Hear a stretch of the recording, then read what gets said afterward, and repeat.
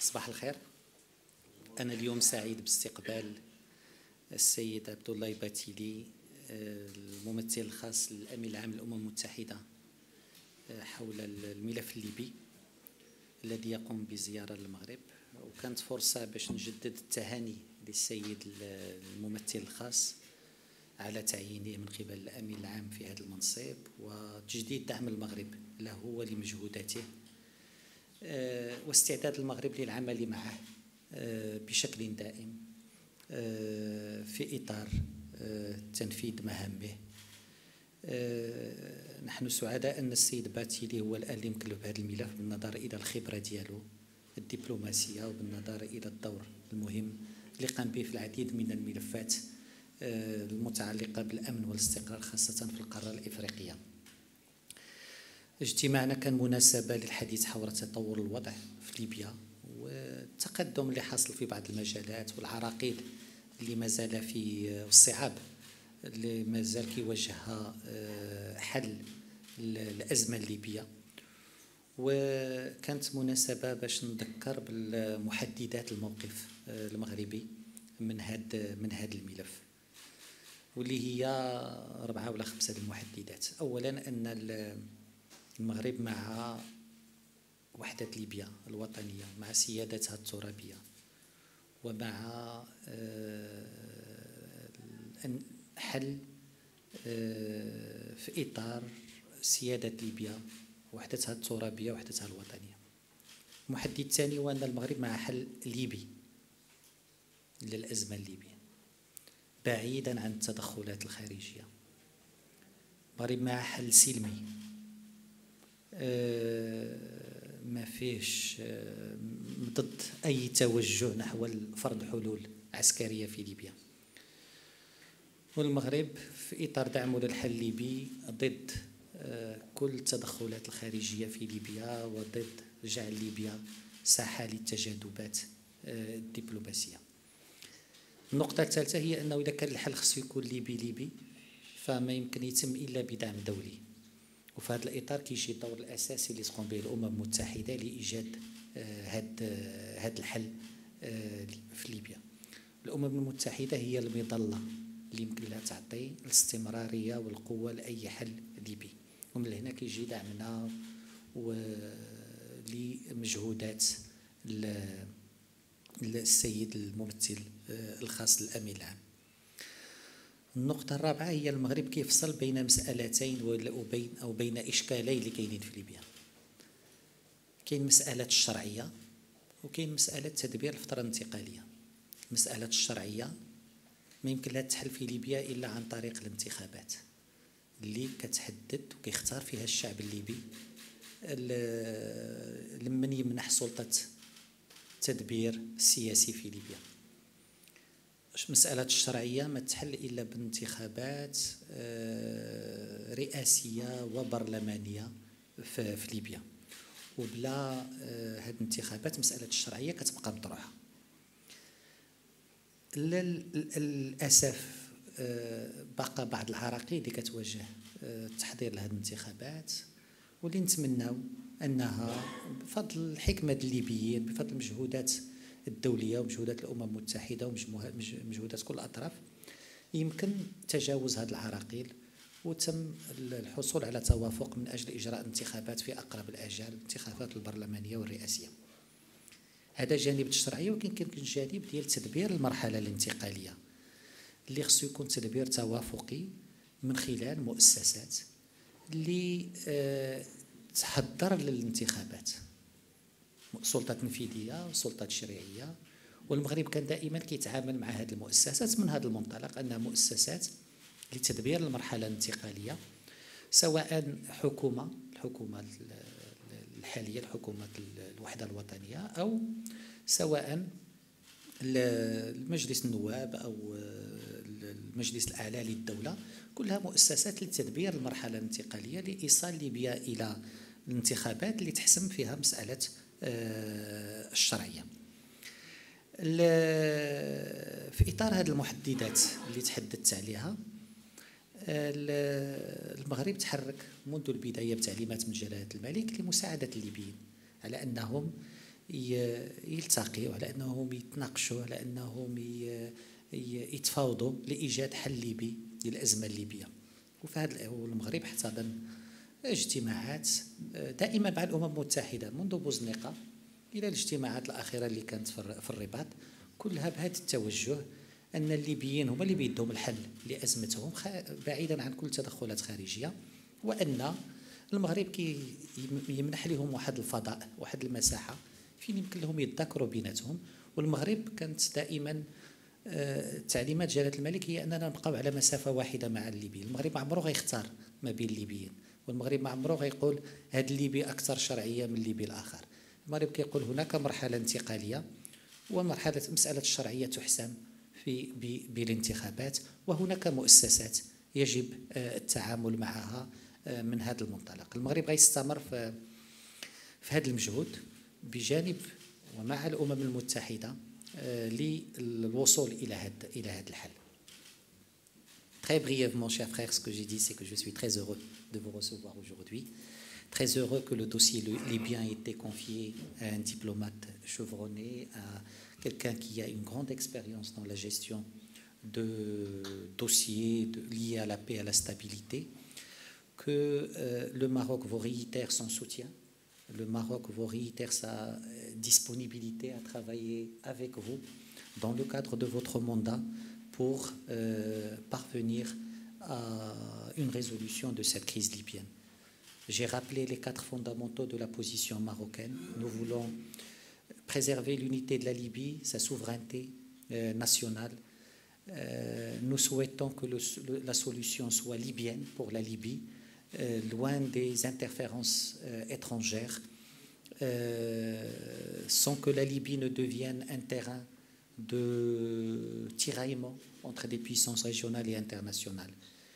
Le 3e principe, si la solution est libyenne, il a besoin d'un label et d'un parapluie international. Et c'est dans ce cadre que le rôle de l'ONU est incontournable, que tous les efforts doivent verser dans le cadre de l'action des Nations Unies et sous le parapluie des Nations Unies. 4e principe, c'est que nous distinguons entre la question de l'illégitimité qui ne peut être tranchée que par des élections, que par le suffrage universel qui permettrait au peuple libyen de choisir son parlement, son président et son gouvernement. Il y a des progrès qui ont été faits dans le cadre de la préparation des élections.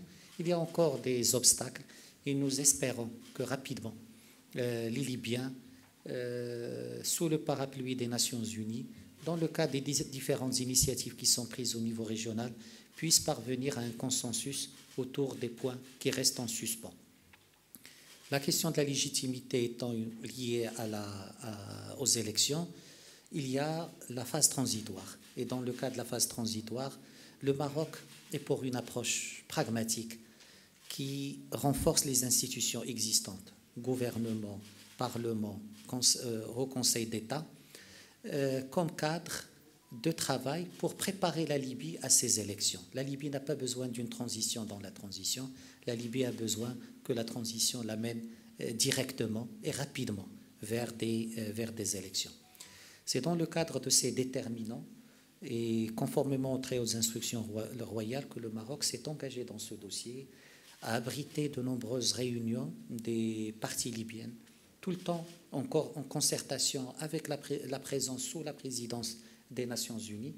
Le Maroc continuera dans le même esprit offrir un espace de dialogue aux différents protagonistes libyens sans interférence, sans orientation. Le Maroc ne choisira jamais entre les Libyens et le Maroc, tous ces efforts, il les considère comme une contribution à l'effort de la communauté internationale, à l'effort des Nations Unies pour parvenir à une solution à la crise dans ce pays maghrébin important.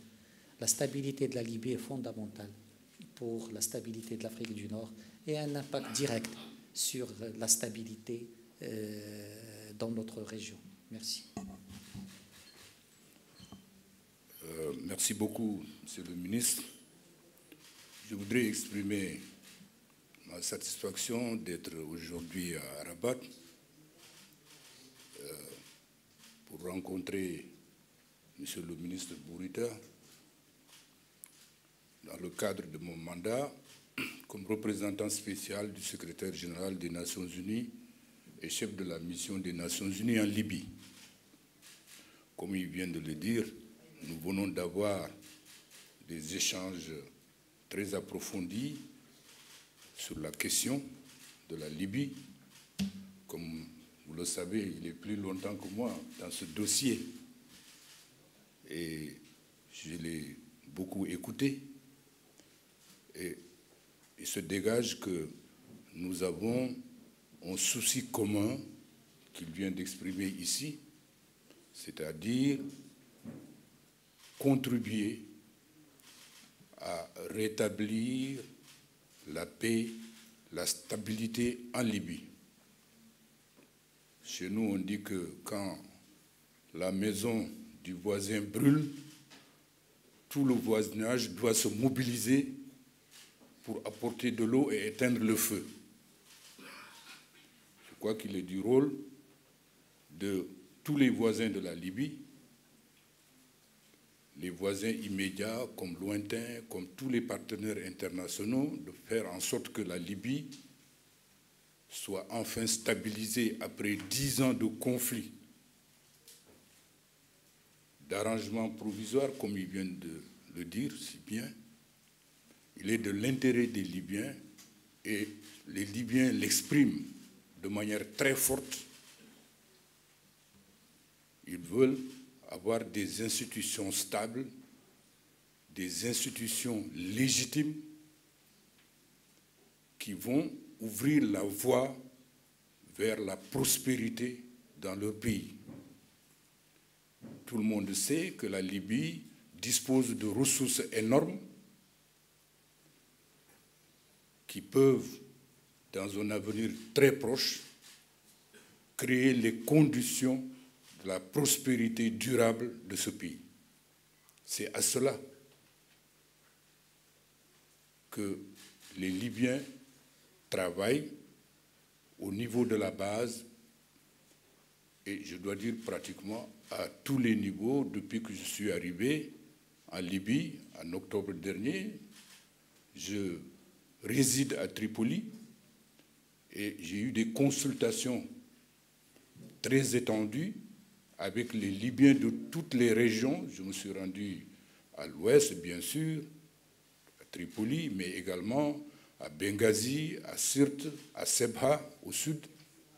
Et en écoutant les Libyens, cette préoccupation forte de faire en sorte que la Libye demeure unie, que la Libye demeure stable, cette préoccupation est exprimée de manière forte. Et je dois dire que je suis venu écouter Monsieur le ministre dans le cadre de ces efforts qui sont accomplis. Comme il vient de le dire tout à l'heure, il y a eu Skirat, il y a eu Buznika et d'autres initiatives. Au niveau des Nations Unies, mes prédécesseurs ont pris un certain nombre d'initiatives. Il s'agit de créer les conditions pour que tous ces efforts faits par les uns et par les autres, coordonnés par les Nations Unies, soient enfin couronnés de succès.